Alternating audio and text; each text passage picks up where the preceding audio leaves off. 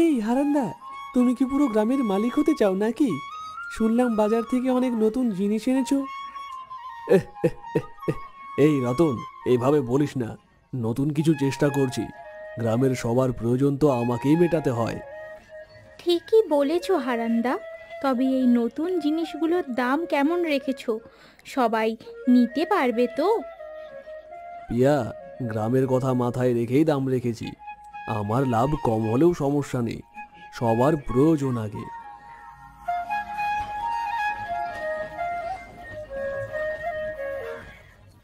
হারান, দেরি করছো কেন? দোকানের ভেতরের বাক্সগুলো কি এখনো খোলা হয়নি? আসছি ঝর্ণা, কিন্তু দেখো সবাই এখানে বসে চা খাচ্ছে, আমি কি করে উঠি? তুমি দোকানের কাজ করো, আমরা গল্প চালিয়ে নিচ্ছি। চা তো আছে।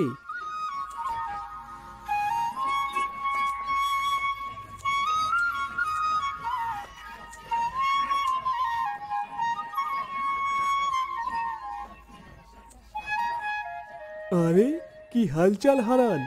নতুন মাল দেখছি। তবে দোকানটা ছোট হয়ে যাচ্ছে মনে হয়। একটু বড় করার কথা ভেবেছো?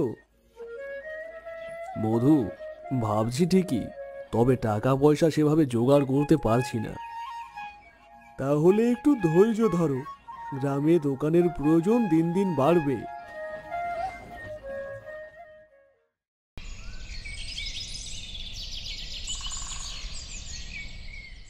হারান, আমি একটা কথা ভাবছি। যদি তুমি দোকানে আরো কিছু যুক্ত করো, তাহলে ভালো ব্যবসা করতে পারবে। কী ধরনের জিনিস রাখার কথা বলছো? মনে করো, চাল ডাল তেল, এই সব। সবাই তো বাজারে যেতে চায় না, তোমার দোকান থেকেই কিনে নেবে। তুমি ভুল বলছো না, কিন্তু এগুলো আনতে গেলে তো টাকা চাই। বাজারের মাল তো বাকিতে পাওয়া যায় না। তাহলে গ্রাম থেকে কিছু লোকজন জোগাড় করো। সবাই মিলে যদি সাহায্য করে, তাহলে বড় কিছু করতে পারবে। তুমি তো একেবারে গুরু হয়ে উঠেছো।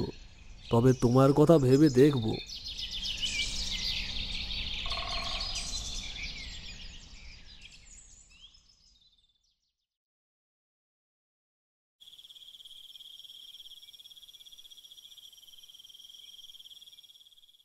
শোন, এই গ্রামে একটাই বড় দোকান। হারান সব সময় অনেক মাল রাখে। যদি এক রাতেই সব মাল সরিয়ে নিতে পারি, আমাদের মাস কেটে যাবে।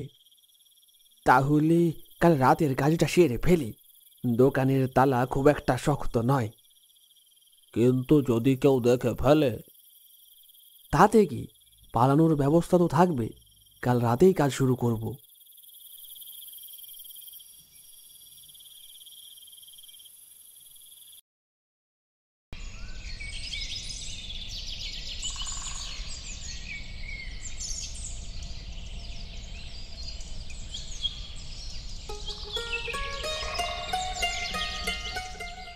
শোনো, তোমার দোকানের কাজ এখন অনেক বেড়েছে। দিন রাত এত কাজ করে তুমি ক্লান্ত হয়ে যাচ্ছ।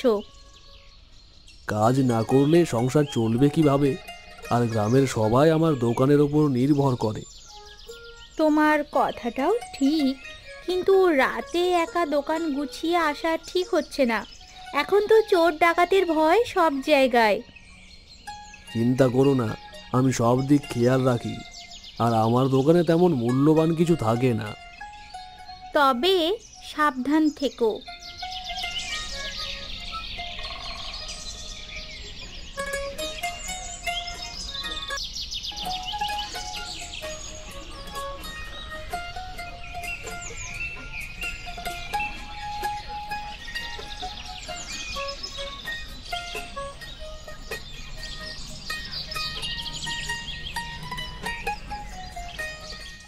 হারান্দা, তোমার দোকানের কাছে কাল রাতে কিছু লোক ঘোরাঘুরি করছে বলে শুনেছি। কি বলছো? কারা আবার এসব করছে? ঠিক জানি না, তবে আজকাল চুরি ডাকাতি বেড়ে গেছে। তুমি সাবধানে থেকো। তাহলে এবার থেকে আমার দোকান পাহারা দিতে হবে। কিন্তু একা কিভাবে সম্ভব? আমরা আছি না, আমি আর মধু রাতে পালা করে পাহারা দেব। ঠিক আছে, তবে তোমার দোকানের চারপাশে আলো লাগানো দরকার। সেটা আজকেই করব। তোমাদের সাহায্য পেলে নিশ্চিন্তে থাকতে পারবো।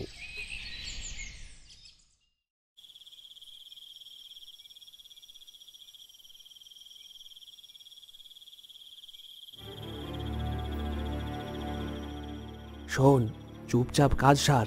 তালাটা খুললেই সব মাল আমাদের। হ্যাঁ, দরজাটা খুলতে দেরি করিস না।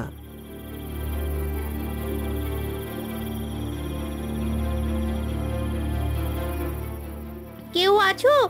কেউ আছো? চোর, চোর! এবার পালা, কেউ দেখে ফেলেছে।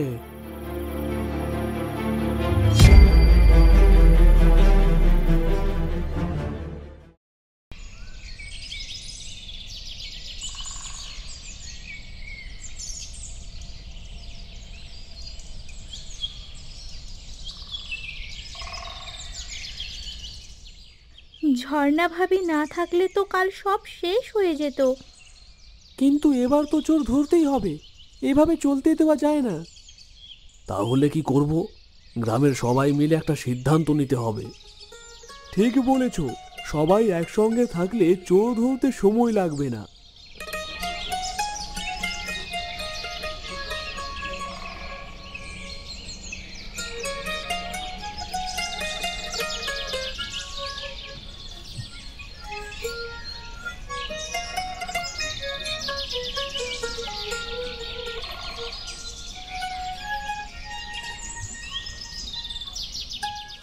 শোনো সবাই, হারান্দার দোকান শুধু ওর না, আমাদের সবার।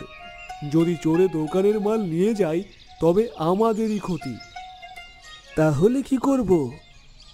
রাতে পাহারার ব্যবস্থা করা হবে। সবাই মিলে পালা করে পাহারা দেব। তবে একটা কুকুর আনা দরকার। কুকুর থাকলে চোরেরা সহজে ভেতরে ঢুকতে পারবে না। আজ রাতে আমি আর রতন দোকানের চারপাশে পাহারা দেব। আর যদি কুকুর থাকে তাহলে কাজ সহজ হবে। আমি ভেতরে ঝর্ণা ভাবির সঙ্গে থাকব। যদি কিছু হয় আমরা বাইরে জানাবো।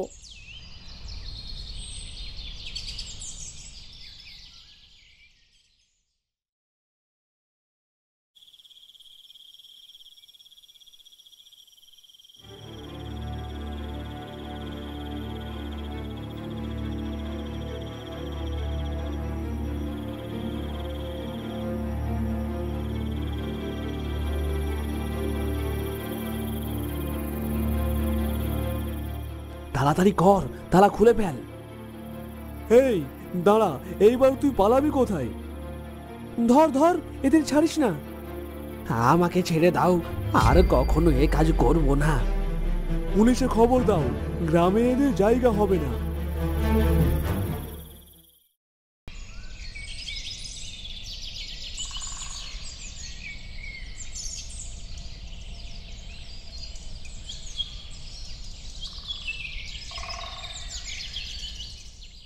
তোমাদের সাহায্য ছাড়া এটা সম্ভব হতো না। গ্রামের এমন একতা থাকলে কেউ ক্ষতি করতে পারবে না। এই দোকান আমাদের গ্রামের মনের এক প্রতীক। সবাই মিলে এটাকে রক্ষা করব। ঠিক তাই, আমরা যদি একসঙ্গে থাকি তাহলে কোনো শক্তি আমাদের হারাতে পারবে না।